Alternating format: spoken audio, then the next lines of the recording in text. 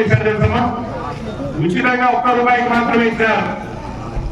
₹1 ఇచ్చారు. ఇదే తప్పటోటల్లో మీరు ₹1 ఇచ్చారు. జగన్మోహన్ రెడ్డి గారు పేదవాళ్ళకి చేస్తున్నారు. చంద్రబాబు నాయుడు ఎవరు చేశారమ్మా? ఈ పొద్దు చంద్రబాబు వారికి ఇద్దరు పెద్ద సంఘాలకు మాత్రమే చేశారు, పేదవాళ్ళకి చేయలేదు. ఈ బుద్ధు 2 రకాల ఓటు వస్తుంది.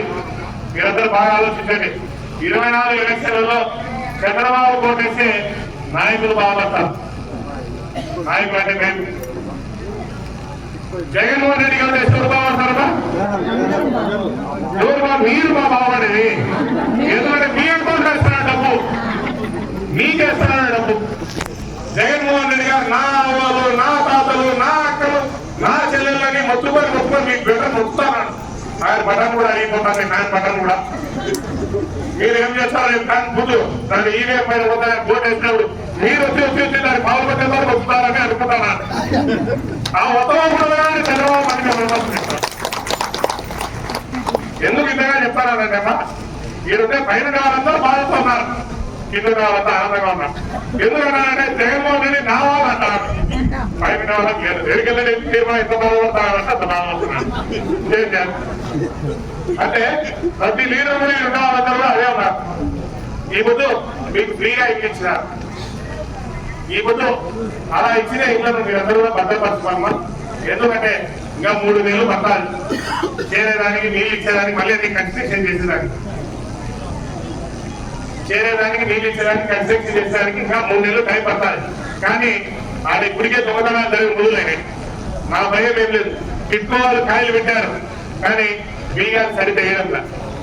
ఆ బీగాలు తీసేసి దాంట్లోనే అసలు నిజంగా వైర్ శుచిపోతున్న వైర్ తీసుకుపోతున్నారు. లైట్లు అవి ఎందుకు నిలబెట్టారు కూడా తెలియదు. కొలాయిలు బిగించిన కొలాయిలు తీసుకుని అమ్ముకుంటున్నారు, ట్యూబ్ లైట్లు తీసుకుని అమ్ముకుంటున్నారు. గారికి ఒకటే ఆదేశిస్తాం ఏమని, వాళ్ళకి మిగతా 1000 మంది కూడా తొందరగా 20 మంది రోజు 20 మంది చప్పున వాళ్ళకి లిస్ట్ ఇవ్వండి. వాళ్ళు కమలాపురం పోయి రిజిస్టర్ చేసుకుని రావాలి. ఎందుకంటే ఏదో కాదు రిజిస్ట్రేషన్, కమలాపురం పోయి రిజిస్టర్ ఆఫీస్ పోయి రిజిస్టర్ చేసుకొని రావాలి.